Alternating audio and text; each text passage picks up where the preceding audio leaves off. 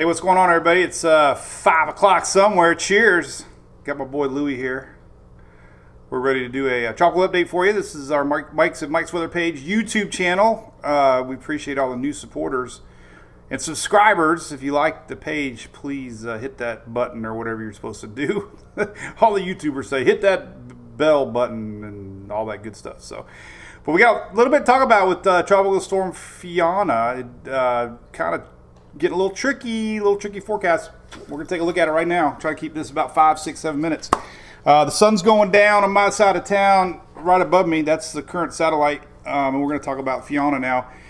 The overall size of it here, this is kind of a cool graphic. This here on Weather Nerds. You can see where it's at, starting near the Leeward Islands, Lesser Antilles here. There's Florida, obviously, and there's a frontal line, but that gives you an idea where it's at. Current look at the animated satellite. It looks pretty healthy, right? It's got some bubbling convection, a little bit of outflow. It looks, pretty healthy. The hurricane hunters did find 60-mile-an-hour winds, by the way. The hurricane hunters are out there flying. They're going to be in there again tonight. So they did find a 60-mile-an-hour storm. What are you supposed to be that fast? It's already 60. The big story, though, is this. You can kind of see it. This is an awesome webpage here. The yellow, focus on the yellow. This is the lower level circulation of the storm. And the sun's going down, so you're missing that visible satellite. But the yellow is the lower level clouds, and it's got that classic swirl. Looks like a tropical system, right? Hurricane, tropical storm. But the white clouds are your mid-level clouds, and they are way away from the center. That's a displaced tropical system. They don't have any stacking. We talk about it all the time. You got to be vertically stacked. And right now, the upper level winds are being blown in from the south and the west primarily, mainly the west, shoving our convection off. So it's not the perfectly organized system right now, but it is 60 mile an hour, and that's interesting. So if this thing hangs on and that convection can stay there the next day or so, it's going to catch right back up to the center, and we can see some intensification for sure. The NHC 5 o'clock just came out, and there you go. Tropical storm warnings now extend all the way to Puerto Rico, and we're supposed to be 70 miles an hour right here. And I'm telling you, anything that enters this part of the Western Atlantic needs to be watched. 70 mile an hour, in my opinion, is being conservative. Just putting it out there. The NHC is noting that their track went a little bit more south, a little bit more west. Lots of land interaction expected over Hispaniola and Puerto Rico. Weaker systems typically go west. They're not as much influenced by upper level winds. And we've been talking a lot about this trend that we've been seeing with the ensembles have been shifting a little bit towards the west again. We notice these flip-flops. We look for trends. We don't make knee-jerk reaction on one run. We've been seeing this trend with the ensembles of a possible shift. And in the afternoon run of the Euro just did that, and that's kind of got everybody a little bit edgy. And I'm going to show you that, so hang loose. Here's the time and the winds. We can start to see tropical storm force winds, Leeward Islands, tomorrow night, Friday, 8 p.m.-ish. Saturday morning, they're going to start reaching Virgin Islands. Saturday evening, they'll start reaching Puerto Rico. And then Sunday evening, they'll start reaching Hispaniola. That's a good map. It gives you an idea of timing. And I have that also on my website.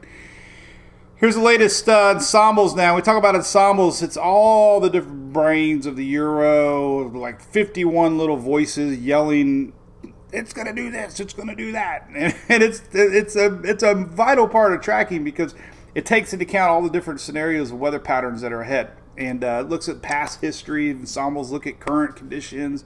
It's looking at that storm in the Pacific now that could be affecting even as far as Alaska and how that affects the jet stream. So all these inputs are put into these ensembles.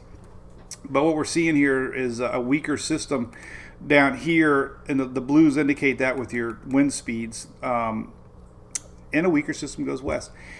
And then it starts to possibly intensify once it breaks on the other side of Cuba. So that's just something we're watching. The chances of a recurve quick would have to be a fast intensifying storm, and that's what some of these are showing. this thing were to intensify very fast, then it would feel these upper level winds and likely get pulled out to sea. But there's enough spread here that people, Bahamas and continental U.S., definitely need to be watching close. Here's your timing. All right, so we know what's going to happen in the short term. We got a huge rain event. Regardless, man, some of the models I saw could see a couple feet of rain, maybe for Puerto Rico, Hispaniola, Virgin Islands. Lots of rain, unfortunately, with tropical systems such as this. It all depends on if it comes at you a little bit lower, we're going to have more rain bands into you. So some of these rain estimates quite high, and that's definitely going to be creating some mudslides and big flash flooding to worry about, regardless of wind speed. Flooding has nothing to do with wind speed. We're going to have the juice. We're going to have that regardless of how strong it is by then. But the Canadian model has been very consistent with this pattern of a northwest turn into the Gulf of Mexico. This is the Canadian. It's been showing this all along. Almost every run of the Canadian has been showing the same scenario. And if you digest why, you can see it with the upper level winds here with the Canadian model. It pretty much shows a blocking high pressure pattern coming in.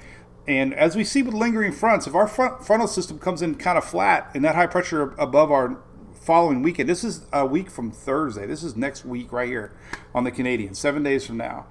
But if that front flattens out, there's a high pressure, obviously on the other side of a front, it could create a blocking pattern, and that's what the CMC has been showing, with the high pressure building back in behind it, almost guaranteeing no recurve. So all the other models haven't really been showing that, but the Canadian's been very solid. Well, here comes today's Euro, and guess what? Euro now is showing a weak system getting pushed up into Florida. And the timing here would be next Friday, a week from Saturday. That's the following week, Saturday, the 24th.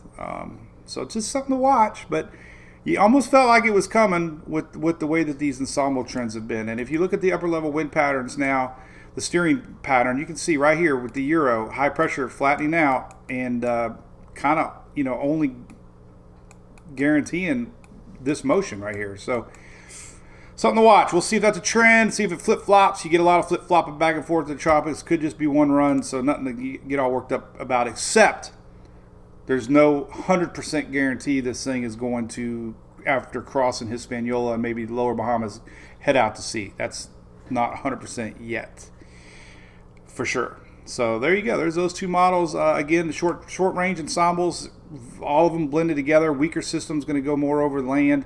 Stronger systems are going to get pulled up. And that's what we're going to see in the short term there.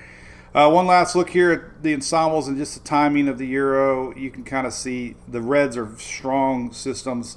They get pulled north. A weaker system has more time to go west and then possibly develop. So, we'll have to see. But that's an interesting pattern that we're kind of watching. So the NHC comes out with these key messages. They're on my site. They're great. Everything in a nutshell, what to worry about. Definitely read that. And lastly, I wanted to bring this up for the folks in the islands. I've been keeping my eye on the H-Wharf, and it's been a pretty decent model over the years with intensity. You might hear a lot of people that don't like it, but man, I've just felt like it's done more accuracy than it's not. It seems like it predicts intensity very well. So it's been consistently showing a stronger than a tropical storm. I just leave it at that. Possibly hurricane nearing the islands this weekend. So just keep that back in your mind. Worst case scenario, the H-Wharf's been all over it. Very consistent. 3 out of 4 runs, it's been showing a potential stronger system on what the official forecast is. So we'll see if that pans out, but I see it. I mean, the couple little graphics here before we go. The water temperatures, starting to really increase here in the islands, especially here where we're going to have to worry about once it reaches the Western Atlantic. Ocean heat content right here. The ocean heat content really starts to get warm. The yellows and oranges and reds are very hot watered below the surface, so those really start to pick up here once we get into the islands. And we talked a lot about the MJO. The MJO is in an enhanced phase right now. And this green means we're in an enhanced phase of the MJO, and that'll extend all the way to the end of the month.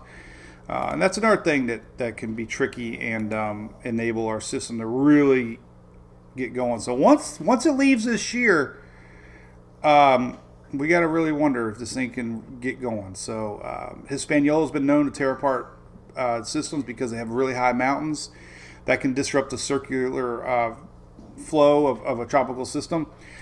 So we'll see. But you know, if this passes this shear and ends up anywhere, you know, past Hispaniola, we might have something to watch here. So we're definitely keeping a close eye on this little guy. And then I'll leave it one more graphic. This is my Knoll School site. I love it. Kind of shows you how tight our circulation is right now, and 1,000 millibar. We'll just go there, and that's decent spinach for our low level system. Every day it's getting more and more spinach. I got spinach on the mind. All right, so hey, have a great evening. We're going to do a live tomorrow morning, 9:19 Eastern. We're going to do one tonight too, 6 p.m. here on YouTube, but our main daily brews in the mornings at 9:19 Eastern tomorrow, right here on YouTube. So thanks again. Have a great evening. Bye-bye.